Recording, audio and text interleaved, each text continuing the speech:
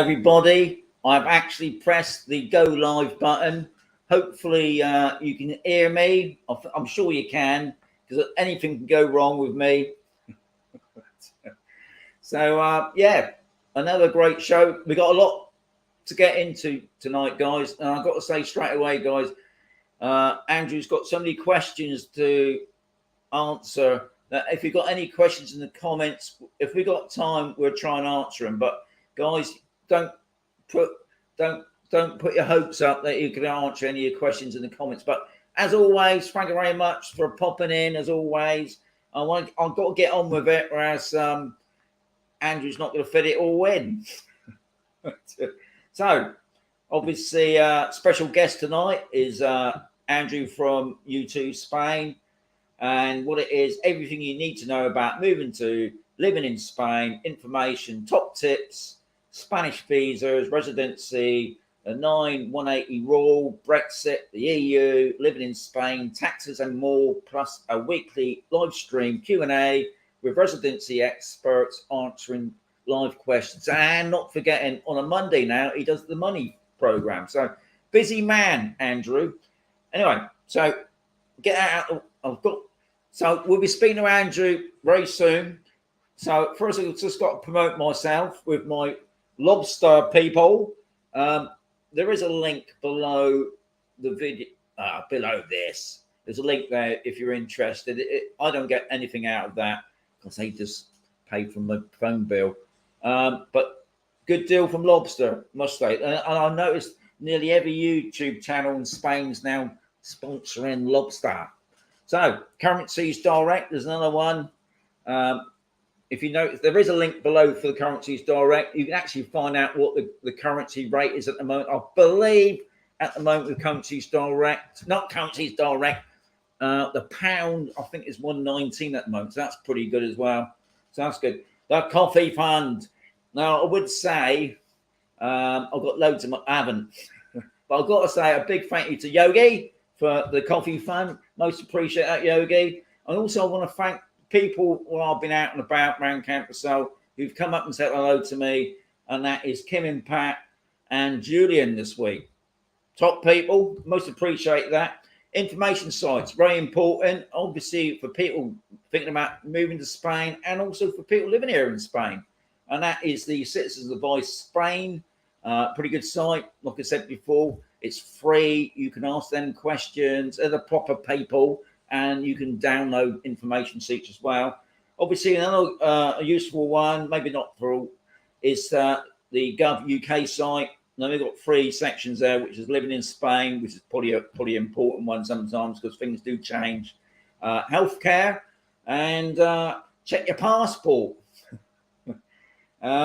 Plus, obviously, not forgetting checking out the Spanish embassy in the UK and the British embassy here in Spain.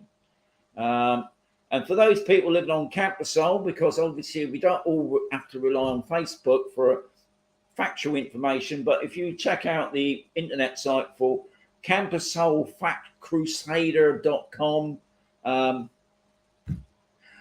there you find out what's going on at the moment. There's been a few things. I'm not going to go through all that stuff, but I'm going to go through the Campusel news now because this is the once a month thing for the Campusel news.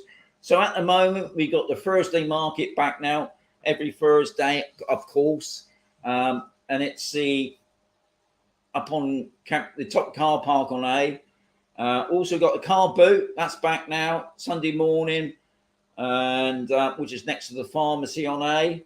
The private hospital, which they're building the other side of the pharmacy, they're just getting on with the footings. I think that's going to be our 2-year job. So, I mean, that's good to know. Now, something else I've got to mention. I was contacted by quite a few people the other week, and I'm going to read it out because I'm not very good at all this stuff. Important news about a car hire company here on Campusel, here in Spain. Now, I can't mention the name of the person, but I can mention the company because I don't care about the name in the company, but I can't really mention the person. But I know people that's watching this, they know who I'm on about. Anyway, the car hire company on Campusel, Oh well, I've gone off track now, haven't I? Right. Anyway, I said about I've got to be careful because of the privacy laws here. Anyway, but there's been so many people here on campus and outside of campus, so that's hired a car, well, order the car to be hired, and are out of pocket. They're waiting at the airport, hasn't turned up. Anyway, the car company is called Campusol Car Hire, and if you search on the internet in the Campusol area, it may also come up as FC Rent a Car. Now, I think that was its older name. It was then Campusol Car Hire. Now, I believe that I checked the Facebook business page yesterday. It's not been shut down. I don't think they're taking bookings now because you can phone it up. And I noticed on the internet site, which is the FC Rent a Car, which also says Campusol Car Hire.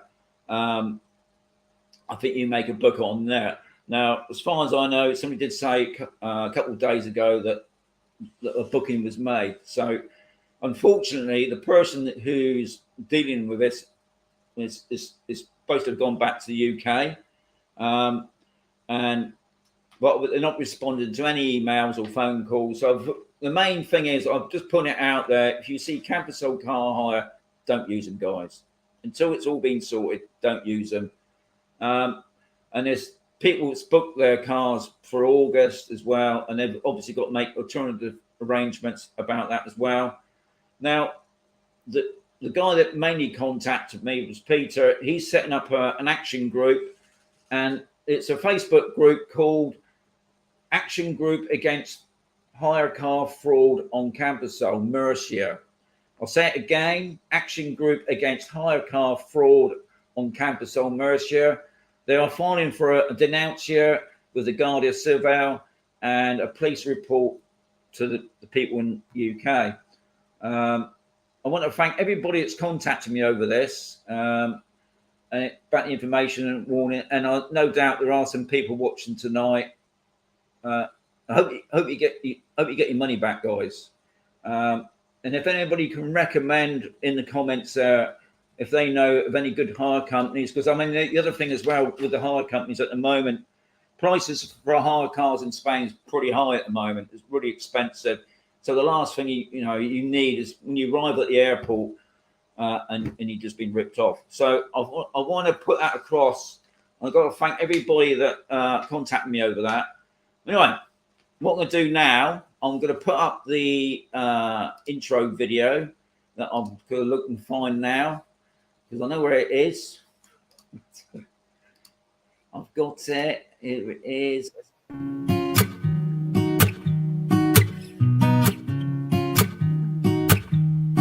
Solo un rayo del sol cambia el tiempo en el reloj. Hoy mis deudas reciben perdón. Pago por el show. Me siento feliz porque si no soy yo, pues quién. Todos caen a mi lado. El freno lo arranqué. Me siento feliz porque yo no dudo mi power. Te burlaste de mí, se acabó. Trata de festejar, celebramos el bienestar. Tantas estrellas brillan, quiero un carro que corra más. Nada me rompe, no, nada me rompe. Trata de festejar, celebramos el bienestar.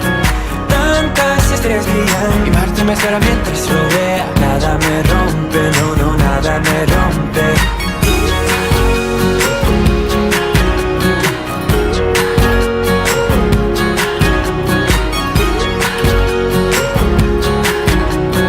Tantas estrellas brillan, quiero un carro que corra más.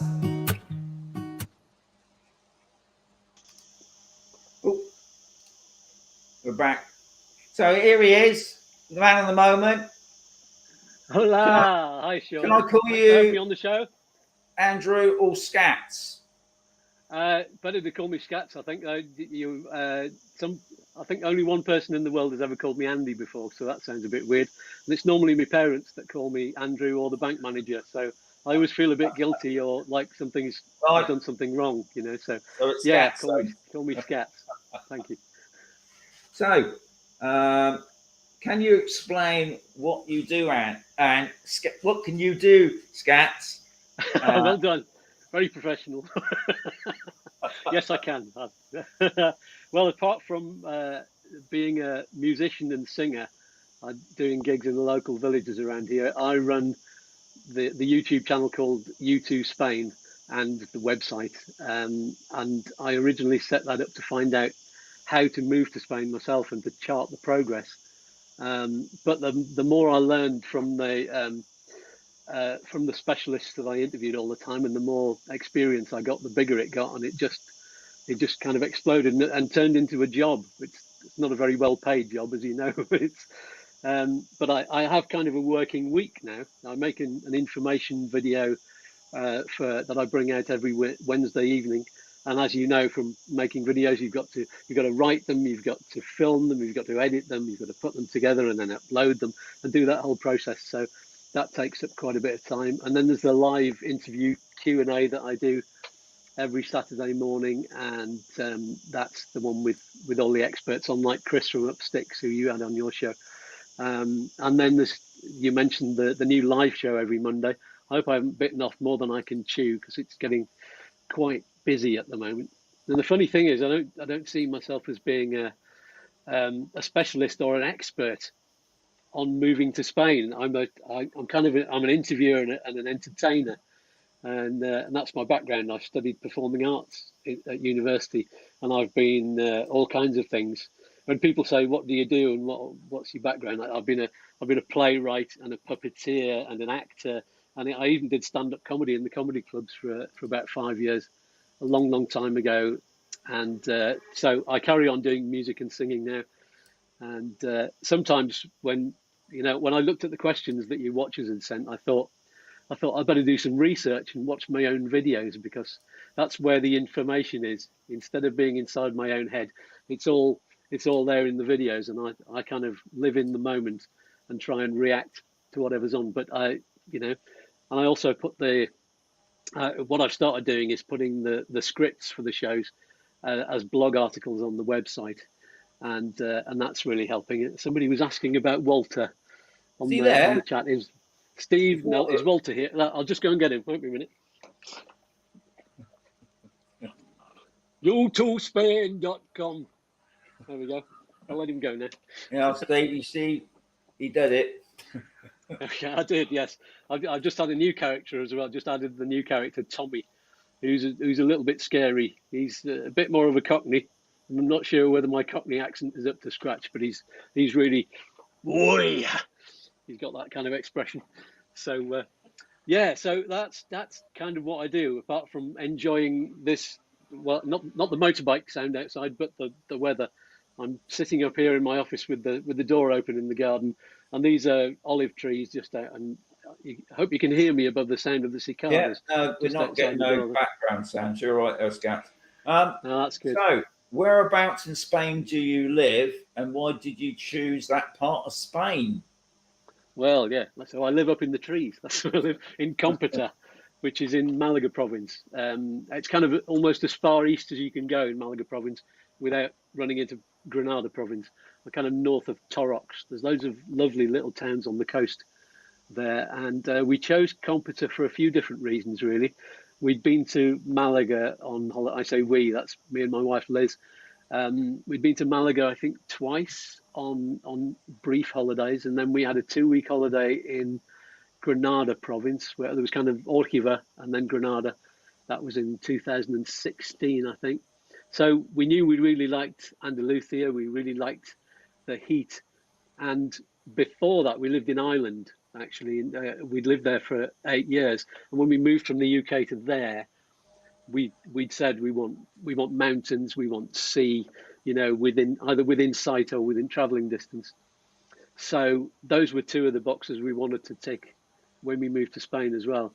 And we knew also that the area we needed to be within about an hour of Malaga airport, because that's where our friends and relatives could fly into easiest. And particularly our son. We left our son behind in Ireland, because he'd just gone to university to study nursing. And he was living right up north in Sligo, and we were right down at the bottom end at the west in County Kerry. And it took him about 10 hours door to door to get from where he was in Sligo to our place in Kerry. It now takes him 6 hours door to door to get to us in Computer. So, and he's much happier to travel down here because, you know, it feels like he's going on a holiday every Easter, every summer, every October, you know, half terms and Christmas. So he's loving it. And so we looked, when we arrived in Spain, we just looked around for what areas we liked best. And there were a few other tick boxes we wanted to go to. One, I had to have good cable broadband because you know what it's like doing a show like this. You've got to have a good, strong internet. And we wanted a good mix of Spanish locals and people from different communities. And there are loads of artistic people in Computer as well. And we just loved it when we arrived. We just felt really at home, you know. So that's really important to us, I think. So, are you ready for the questions? Yes, fire away. I've got my drink out there. So, number one question is from Andy. My question would be, if your man has any tips, obviously you Scats, for integrating with the local Spanish people. Yes, yeah, I'd say learn to play the guitar. That works every time. Well, it works for me. That's funny you should say it because Andy, he actually plays the guitar, so you two are pretty get on pretty well together. We'll have to get together. Just wait there. I've got me. I've got mine. I'll talk about this when it talks because somebody asked a question about getting your instruments over to Spain. And this it'll be the expensive guitar that I talk about on that after that question. But yeah, but obviously not everybody's musical. So no. Another way of integrating with the Spanish then. Yeah, absolutely. I mean, fortunately, my landlord is a musician, and that was the way that we kind of made a connection. And that's one of the reasons why he said, yes, you can move into my house. But so, yeah, of course, not everybody can play the guitar. So I suppose the secret is to make the connection in some other way, like get involved in local clubs and organizations. And there's so many events on in Spain, like, you know, there's so many festivals, but, you know, get involved in those. And don't just stick to the expat community. It's really easy to do that. Where we are, and it's probably the same as where you are at, Scats, is walking groups. There's a lot of walking groups, Spanish walking groups, and some will speak a bit of English, but it's a good way of communicating and picking up the local language, isn't it?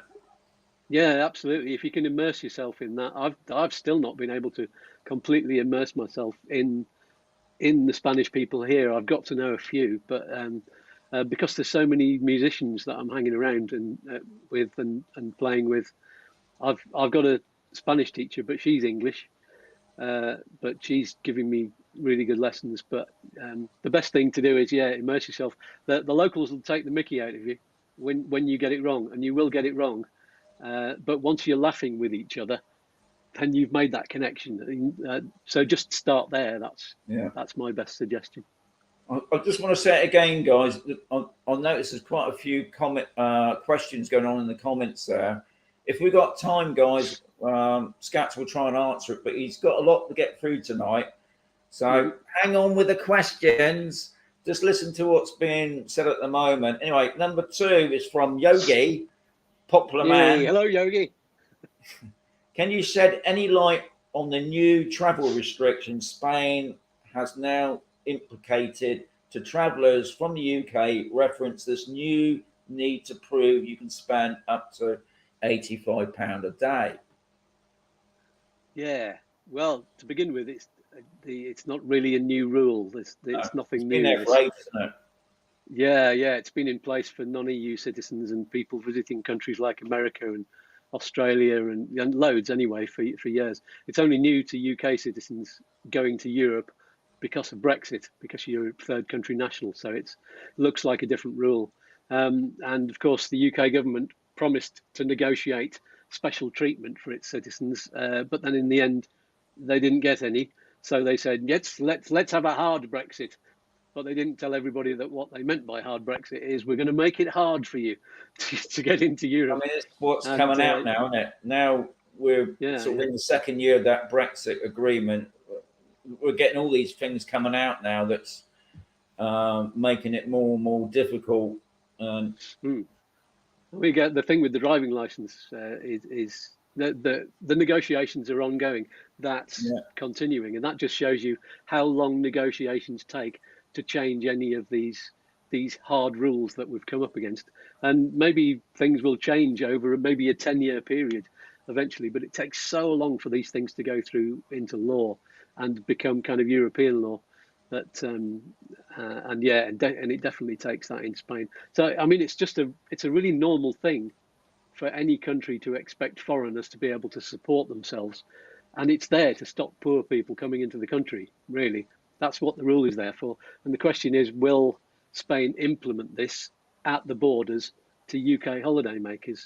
And the answer to that is maybe occasionally. It's probably going to be quite rare. They know that the vast majority of people from the UK coming into Spain to enjoy themselves and spend money on hotels and shops and food and tourist attractions. And most people have got more than 85 a day. I used to take, when I went to America, I had $100, $150 a day put aside, and the money for accommodation and all kinds of stuff. So I took more than that anyway. So, and in terms of the information that you have to give, it's not difficult to prove where you're going to, if it's a hotel or a friend's house or anywhere. You have the address where you're going to anyway, and it's only the address that you're going to go to first. You don't have to give all of the addresses that you're going to go to in the 2 or 3 weeks. So if you're touring around, you just need to have the address that you land at when you get to Spain, and showing your return ticket's not difficult.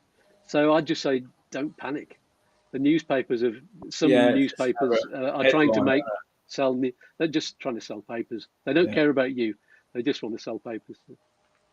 So, question number 3, Tanya, I would like some information on moving your furniture out to Spain. Currently had quotes for the driving need to compare shipping and storage. This is something that I've been wanting to do a show about for ages. Yeah. And I've been in touch with half a dozen or more removals companies to get an expert on the show, and so far no dice. But maybe because they're all really, really busy at the moment. But one of them has said, "Talk to me in September. This is when it takes a dip." So I'd say to everybody, I'd say to Tonya, look out for that show. I'm sorry, I can't answer directly. And when people say, "Can you help me with comparing quotes?" that's something you have to do yourself, really, and get in touch with all of these different companies. And the reason I don't know as much about it is because I moved from Ireland, and there's not the problem with customs. It's only a customs problem charging you for bringing stuff into Spain because you're a third country now.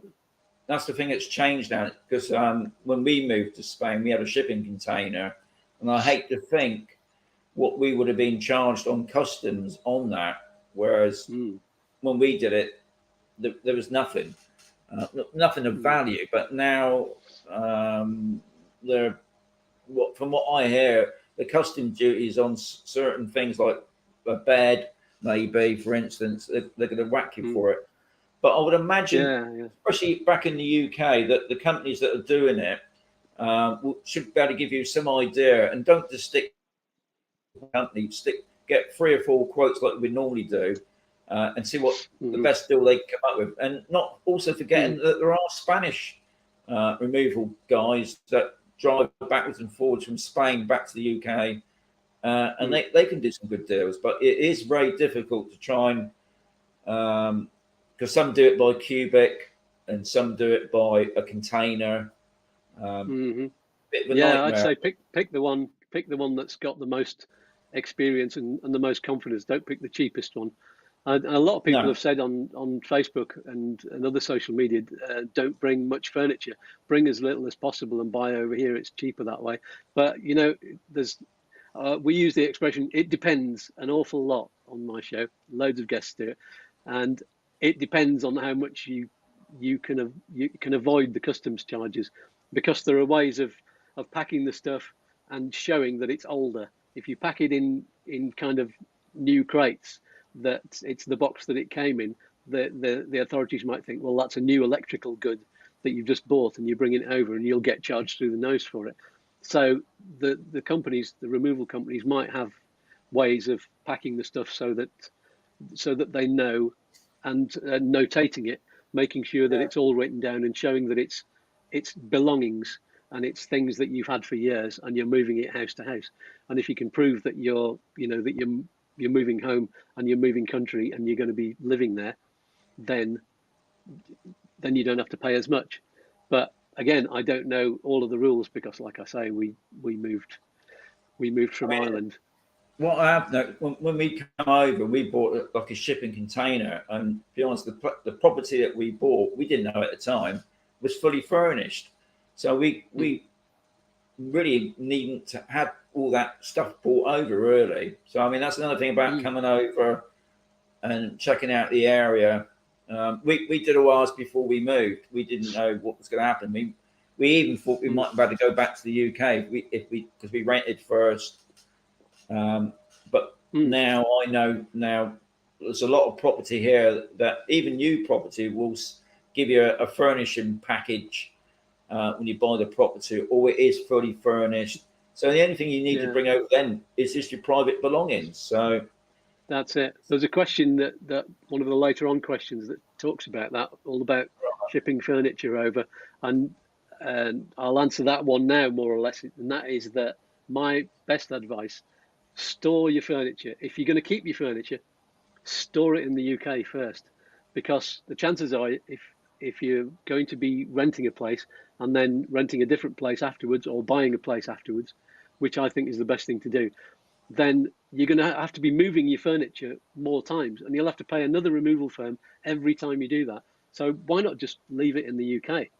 Yeah. Then you're only ever going to be moving it once.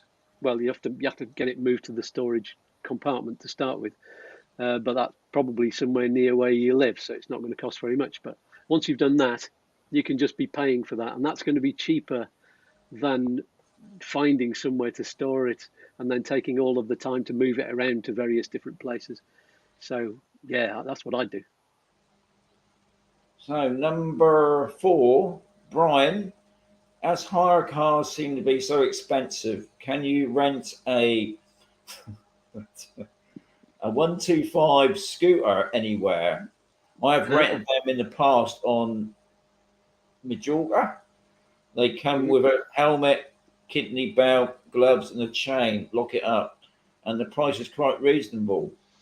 I don't know about that. I mean, I've never hired a car here, and I presume I've never actually seen where you can hire a scooter, but I suppose you can. Do you think so? You can, yeah. I've never tried it myself, and I really like the idea. But I've seen some in the coastal towns. I think that's the best place to look, and the prices looked quite reasonable. Only yesterday I was in Caleta, which is near Torrox and Torre del Mar, and we saw a guy on an electric scooter, and it had really wide tires, so he was actually on the beach.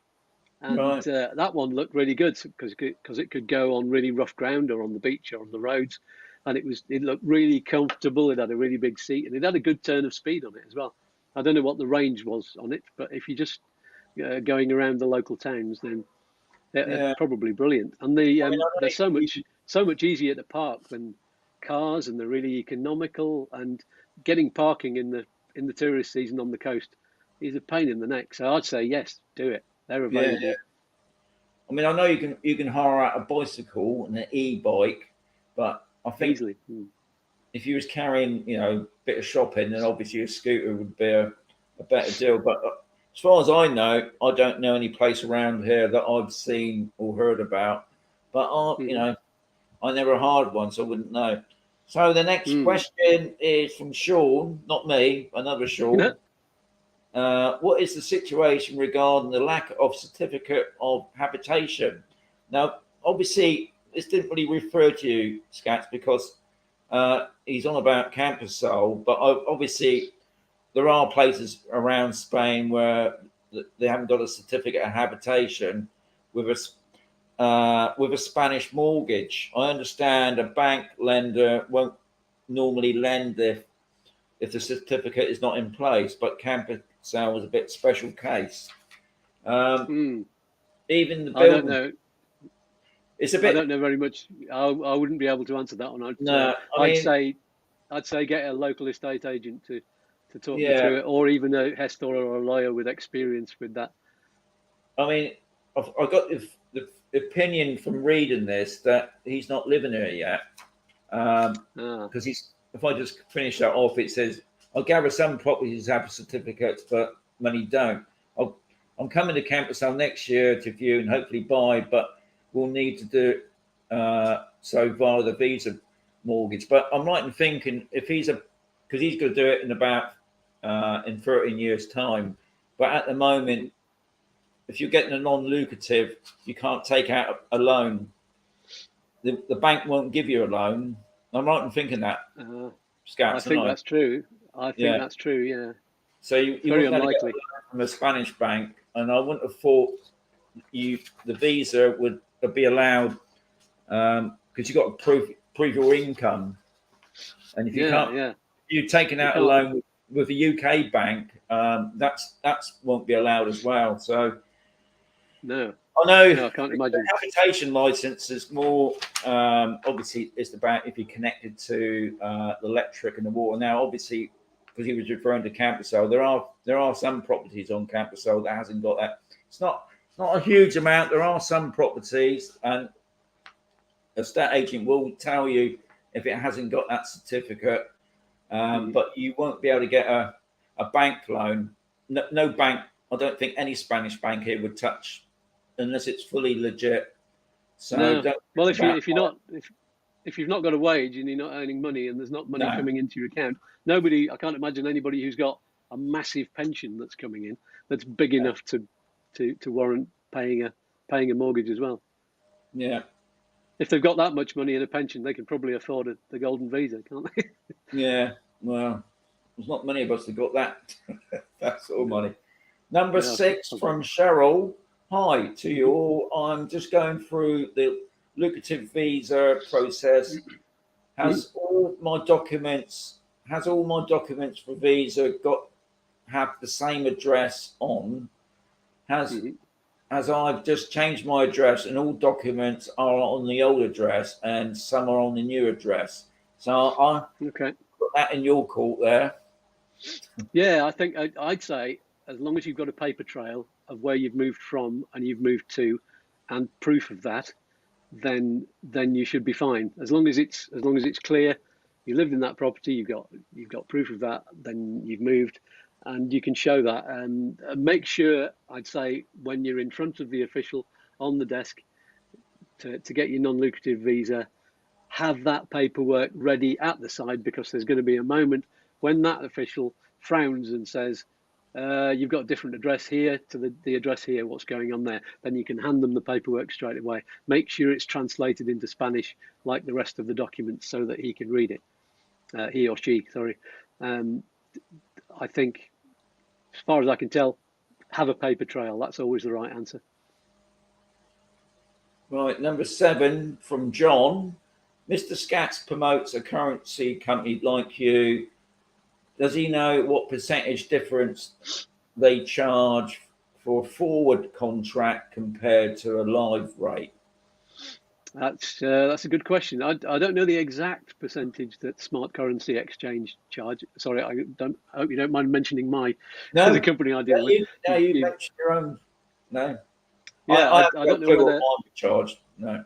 No, but I think the different currency exchange companies have very, very similar percentages. But the thing I do know is that it's a lot smaller a percentage than what the banks charge. The banks do it differently. They just give you a lower exchange rate, and it's quite a lot lower. It's probably 0.02 of a point lower. So instead of 1.19, it'd be 1.17 or something like that. Whereas exchange companies like Smart or the Currencies Direct that you do, they use the live rate, and then they take a percentage after that to take their cut. So they do it a different way, and because they're dealing I know banks deal in big amounts of money, but the currency exchange companies deal in millions and billions and exchange that at the time, so they can afford their percentage to be really quite low. But I'd say the important thing about currency exchange companies is that's better than banks is that you get extra services that the banks don't give you, like that fixing the forward rate that your questioner was talking about, or they'll wait until it reaches the higher level and do the deal for you. You won't have to phone them up and say it's reached there, do it. You'll have given instructions for what to do. It's like dealing in stocks and shares. You've given them instructions what to do, and when it hits that rate, or they'll set a rate that is the lowest rate that you don't want to drop below. So if it starts to crash, they'll go, okay, we'll buy it there. And it just means that you're safeguarded against the what do they call it, volatility of the market. I'm starting to learn all of these terminologies, and those are changing on an hourly basis. I was telling you before the show started.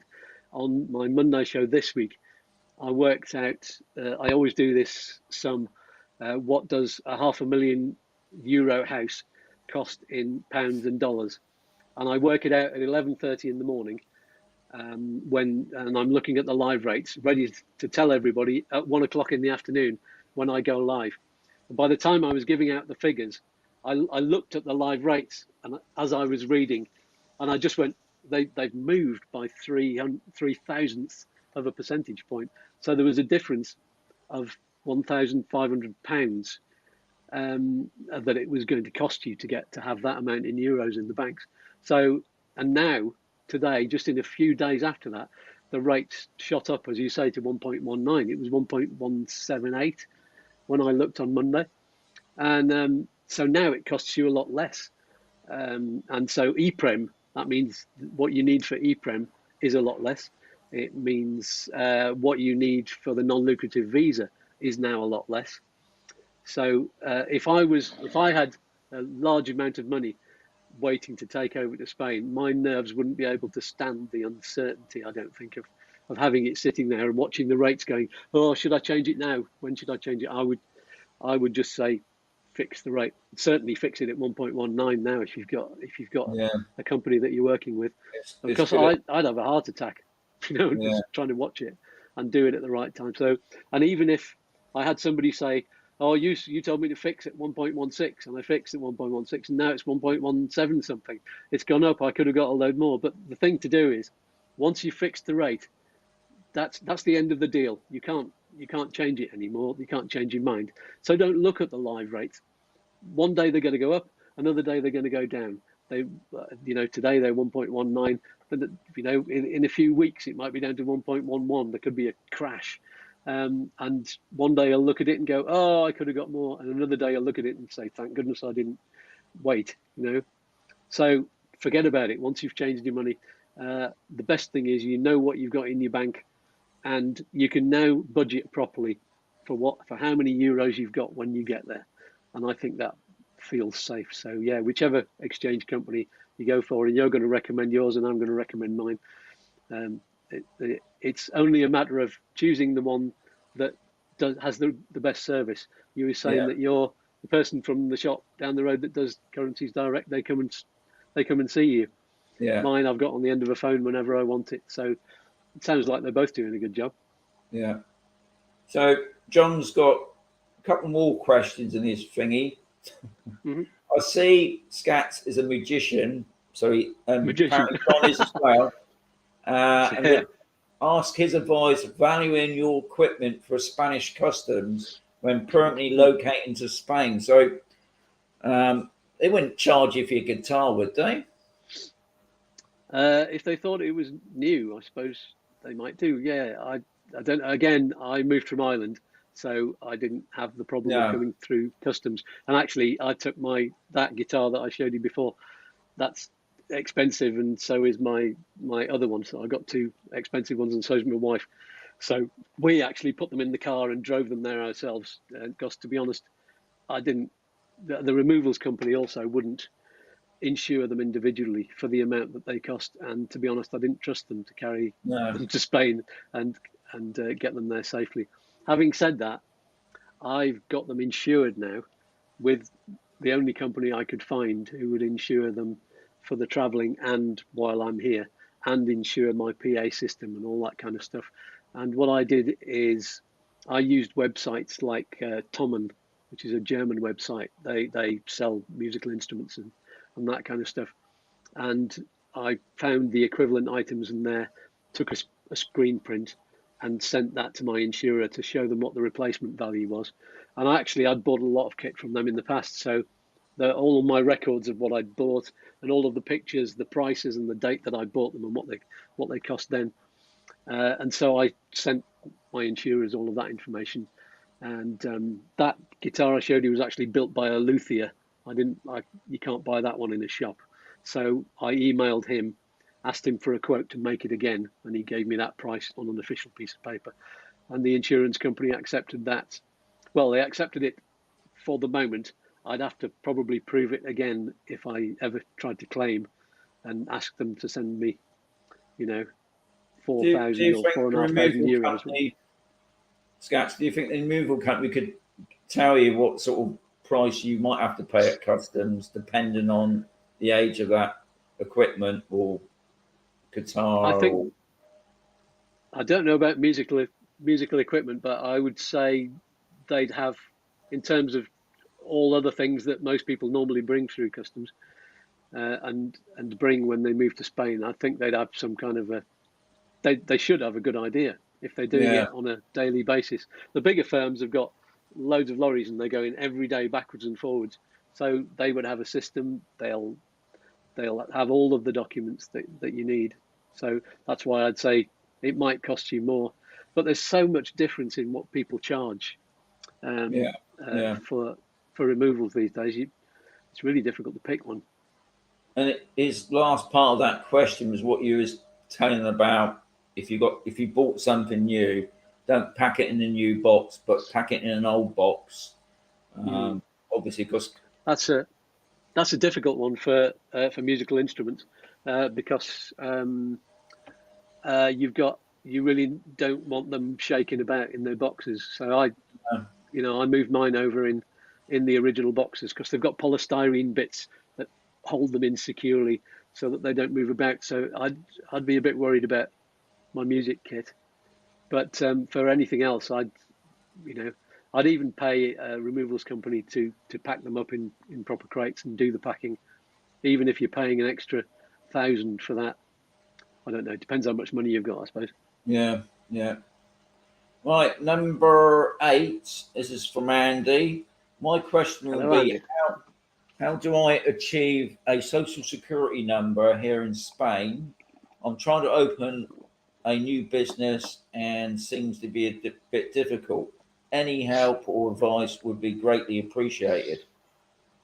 Well, this is this is a tricky one, and this is something I wouldn't be able to do.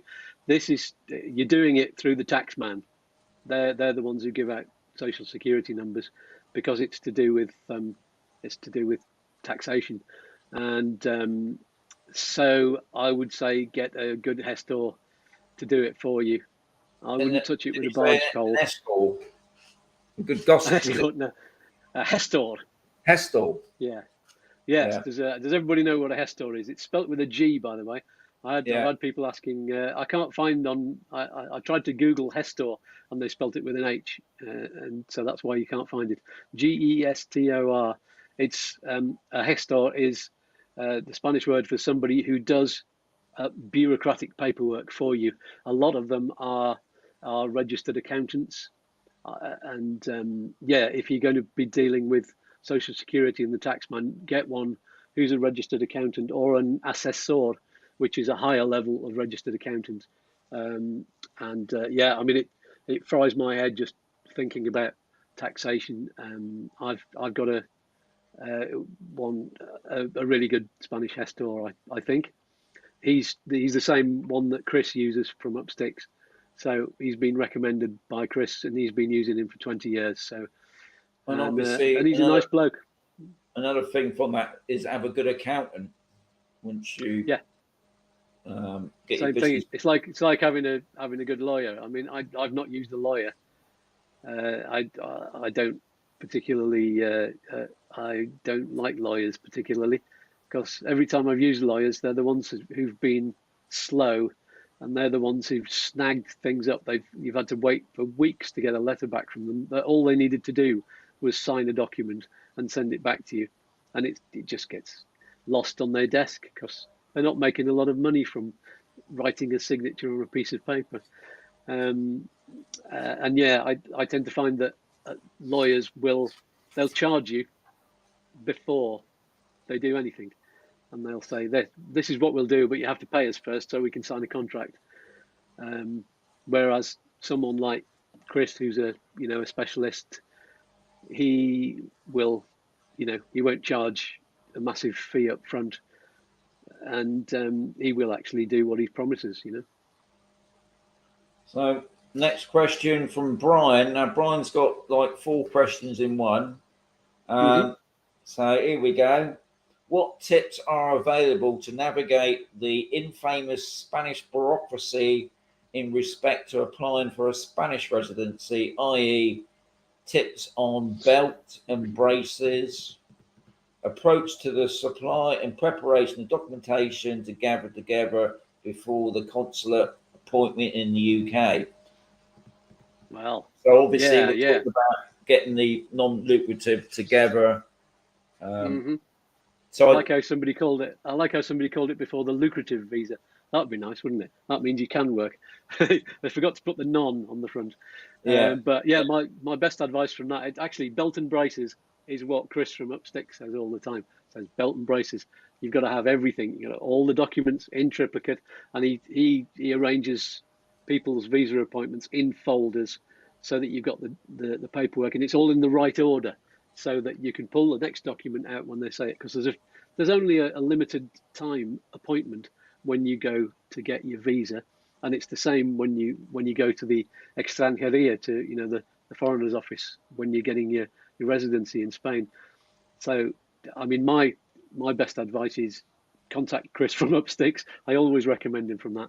And he's also, if you want to ask him questions, he's on my show every 2 weeks. So, and there's also information on his website and on mine about the documents you need and tips on getting it right. The problem with getting residency and getting a visa is that everybody's situation is ever so slightly different. So it's tricky to get it exactly right. There's no one format for doing it. And you'll hear on Facebook people saying, oh, it's really easy, I did it all myself. And then you'll hear somebody saying, oh, this one thing went wrong and it derailed the whole process and it cost us a fortune. We had to go back and get documents apostilled and translated again, because the time ran out. And so I'd say, if you want peace of mind, get a recommended. There are lawyers that do it. There are residency specialists that do it. And someone like Chris, he's actually been over to the UK. He doesn't always sit in with you on appointments, but he's actually been over there and he's spoken to the people at the embassies and taken their recommendations for exactly what people should be doing, the best policies and things like that. And he knows what it takes to get through a tricky issue that might arise. And the tricky issues always arise on because ever since it's been out, it's been changing all the time, hasn't it? For each area is doing it slightly different, but they have been changing the goalposts slightly. And obviously, excuse me, I'm just going to shut the door. I'm getting moths coming in. Don't fall out the window. No. There we go. They're all gathering around my lighter. Are they? Okay. There we go. Carry on. Right. So, is next part of that question: is it important to at least learn simple basics of speech in the Spanish language in order to settle in Spain, i.e., to manage official appointments for Padron, TIE, Social Security, tax, healthcare, etc.? Yeah. Yeah. Yes. Absolutely, yes. It's important, not just for that, but for so many things. First time I arrived in Spain on holiday, this was a long time ago. We'd been camping in France, about 2006 or 2007. And we said, why not? Let's go over the border and into Spain, because the wine's even cheaper over there. And and I didn't know any Spanish, and I felt completely lost because I don't know if you know, but in northern Spain, unlike down here on the coast, they don't speak any English. And I thought, I could speak a little bit of French. I thought, well, they're near the French border, they'll speak French, but they didn't even speak French. It was horrendous for me. I felt like a completely lost person, and I couldn't communicate with anybody. So I vowed to learn at least the basics of Spanish before I came. Somebody was asking, how long does it take to learn Spanish? I was Yogi. How quick does it take you to learn the Spanish language? Well, I was trying to learn for 2 years before I came here on an app, and I've been learning since I came here, and I'm not fluent. I think it's going to take me a year or two more until. Well, no, I think 6 months' time, I'll be able to have a half decent conversation. I mean, I'm working hard on it. Yeah, I mean, what I found is to write it all down on a piece of paper in Spanish, and then hand that to whoever the official is. Obviously, because not everybody can understand broken Spanish, and I'm finding it so difficult learning Spanish. You got the aids of Google Translate, and you can speak into your phone, and it comes back in Spanish. But sometimes they don't always pick it up. But I find if you write it down, obviously neatly, they can read that. Yes. Here's my book. Yeah.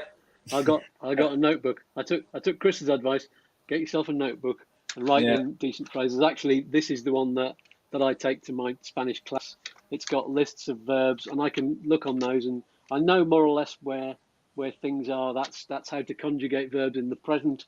I've got lists of all kinds of different things in there, and I know more or less where things are in that book. And I've got revision sheets and all kinds of things. There's everybody's got different ways of doing it, but I think also don't be frightened about going down to maybe the doctors or whatever, and just trying out your Spanish on them. They're not as scary as you think. I think a lot of people are worried about, and I found it with Spanish people when you go into a shop and you go up to an assistant and you say, can you show me this? And they're worried that their English is not good enough. But if you don't make the effort, you're just not going to get anywhere other than spending out a fortune getting a translator to do it all for you. I think sometimes you've got to put yourself forward and give it a go. That's it. And you say about going to the doctors, the what do you call it? The person on the desk at the doctors, not the doctor themselves. They can't speak English here.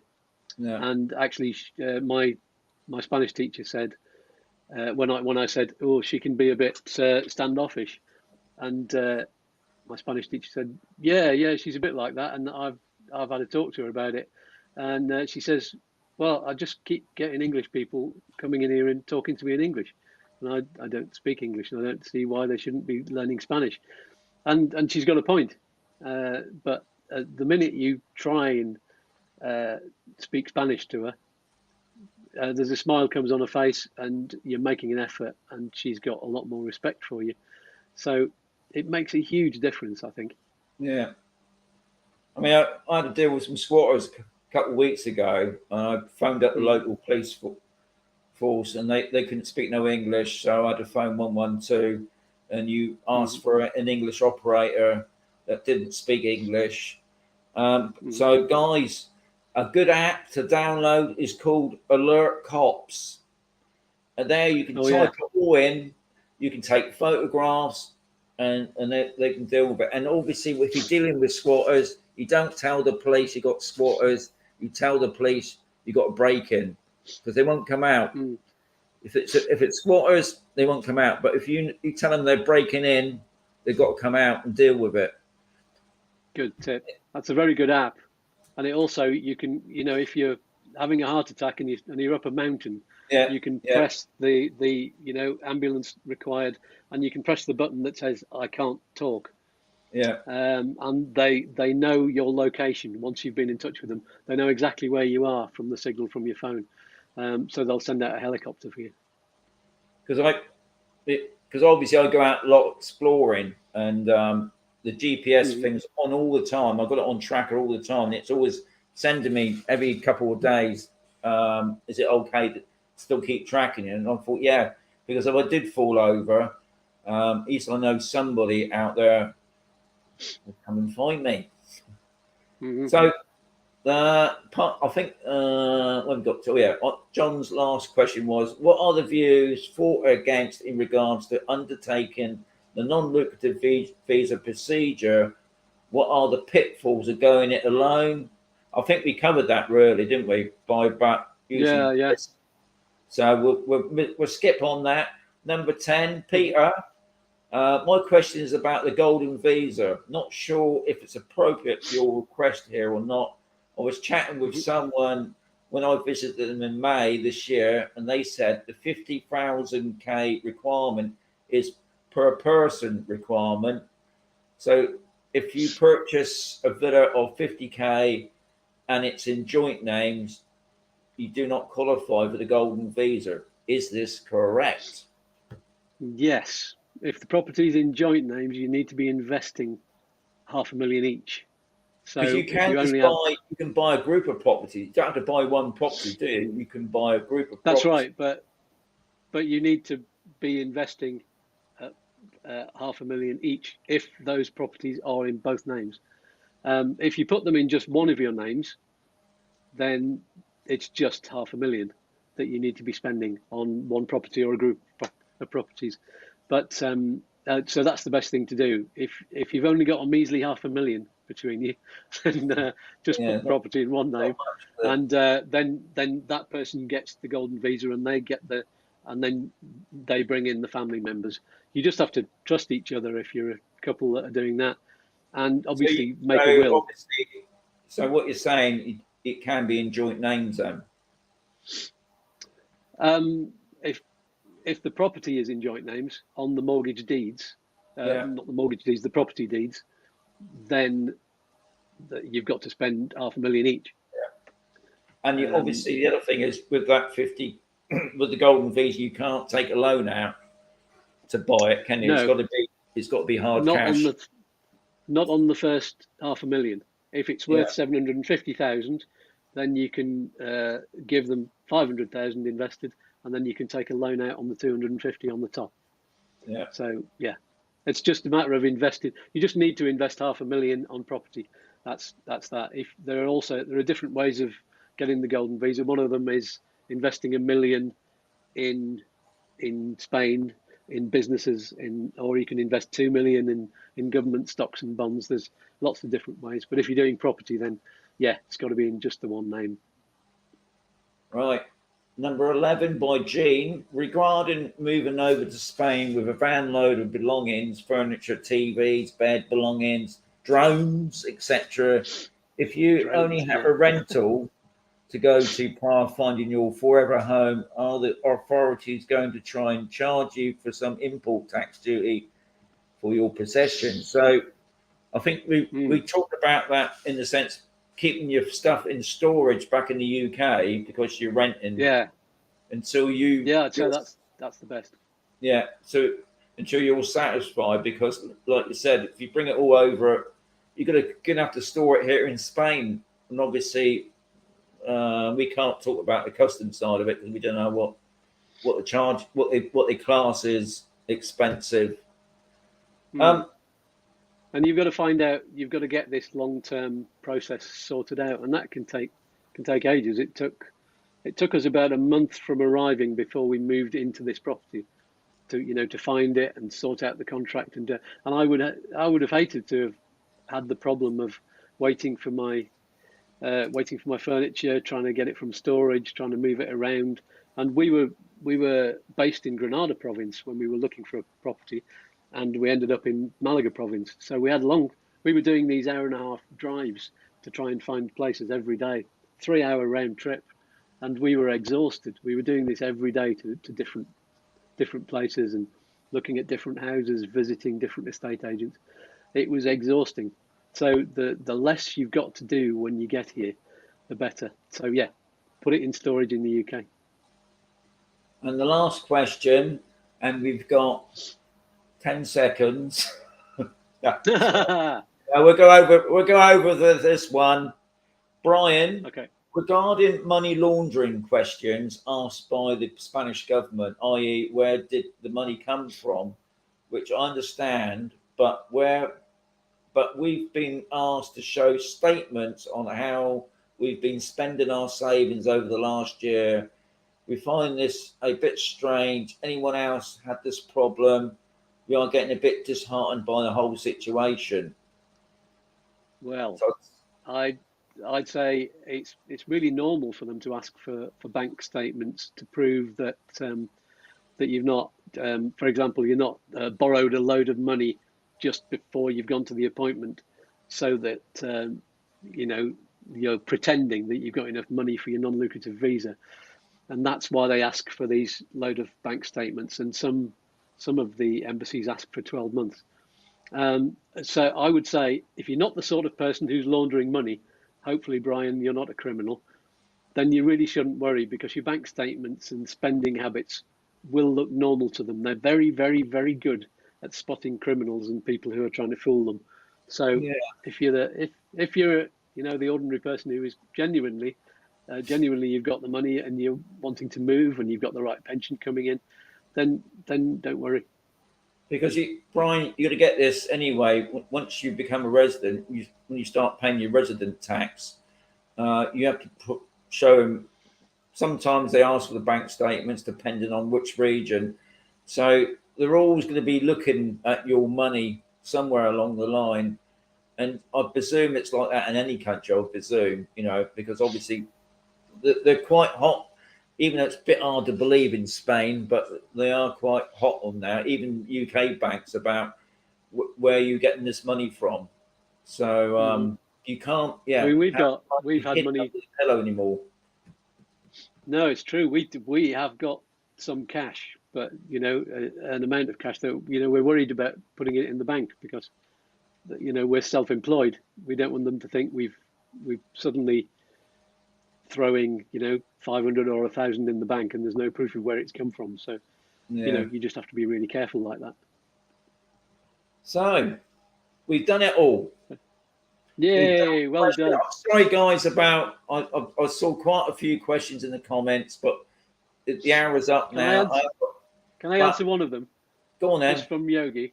He says, no, not Yogi. No, not him. Give him a miss. Go on then. Well, it's important. It covers what somebody else has asked as well. What topic am I covering on my show this Saturday? Right. It's driving in Spain, and we're going to be doing an update on the driving license. Somebody was asking, is there an update? We'll tell you on Saturday morning. So join us then. Yeah, I know there's a lot of people waiting for. I mean, he said a month ago that July would be wrapping that up, sort of thing, but it looks like from this last conversation things are not going so well. But so don't forget, Saturday morning Scats will be there. 10 o'clock 10 o'clock Spanish time, 9 o'clock in the UK. So I'm going to wrap it up now, guys. 25th of August is the next live show. I've got a special guest. I'll tell you about that later in the coming weeks. And I've gone live. So I'm going to say adios, amigos. I want to thank Scats for coming on tonight. Fantastic. Thank you so much. Getting through all those questions. So adios, amigos.